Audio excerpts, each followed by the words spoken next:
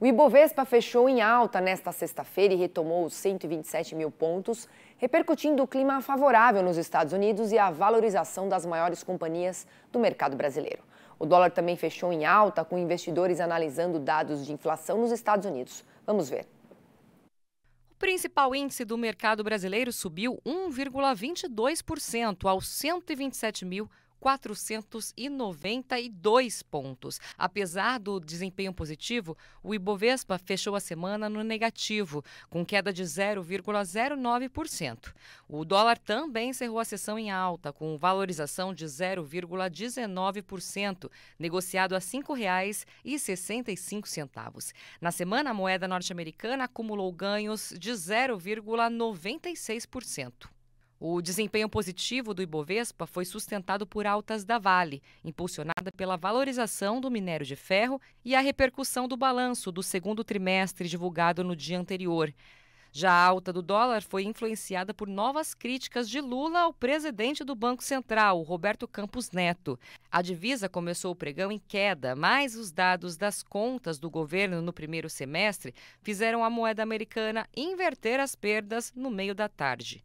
No cenário internacional, o Departamento de Trabalho dos Estados Unidos informou que o índice PCE acelerou ligeiramente para uma alta de 0,1% em junho, resultado moderado que pode fornecer mais confiança ao Federal Reserve de que a inflação está retornando à meta de 2%, permitindo o início de um ciclo de afrouxamento monetário ainda este ano.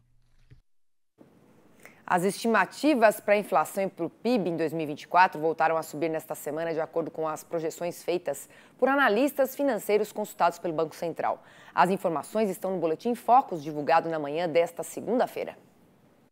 A previsão para o IPCA, o índice que mede a inflação oficial do país, subiu de 4,05% para 4,10%. A alta também para o PIB, o Produto Interno Bruto, que passa de 2,15% para 2,19%. Para o dólar, o cenário é de estabilidade. A moeda norte-americana deve encerrar o ano cotada a R$ 5,30.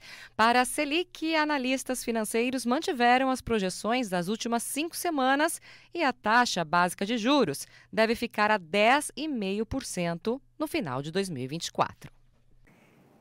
E para esta semana, as atenções estão voltadas para a Super Quarta, a data que marca as decisões de política monetária no Brasil e nos Estados Unidos. Hora da nossa análise econômica.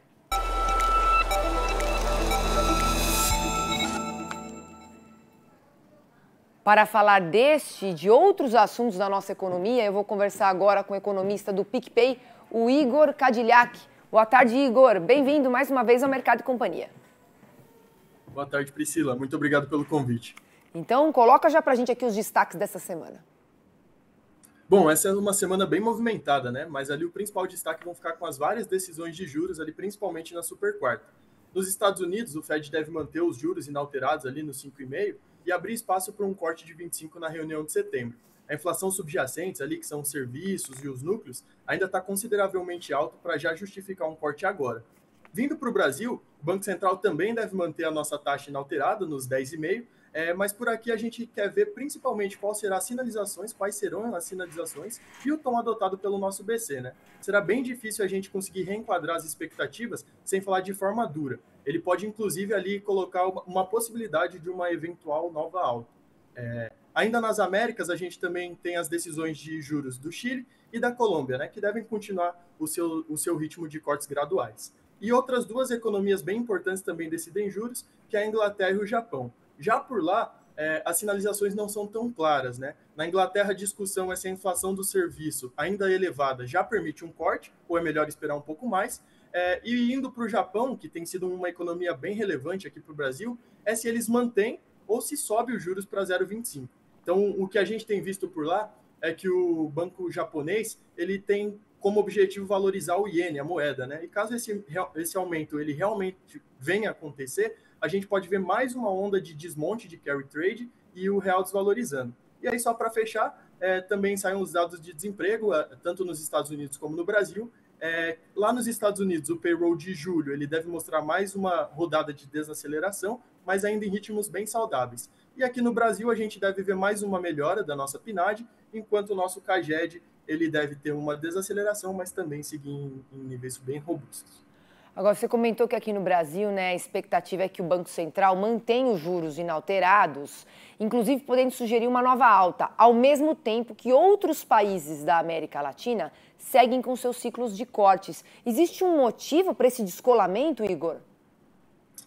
Bom, essa é uma boa pergunta, né? E também não é tão simples de responder, né? Por mais que essas economias elas tenham ciclos ali bem parecidos, cada uma tem suas características próprias, né? Por exemplo, se a gente voltar lá no começo de 2021, a gente viu que o Brasil foi um dos primeiros países a começar a subir juros e também um dos primeiros a cortar também ali no meio de 2023, né? Então, o primeiro passo para a gente entender essa pergunta é sempre entender, poxa, qual momento a gente está vivendo e aonde que a gente está, né? Aonde que está essa economia agora?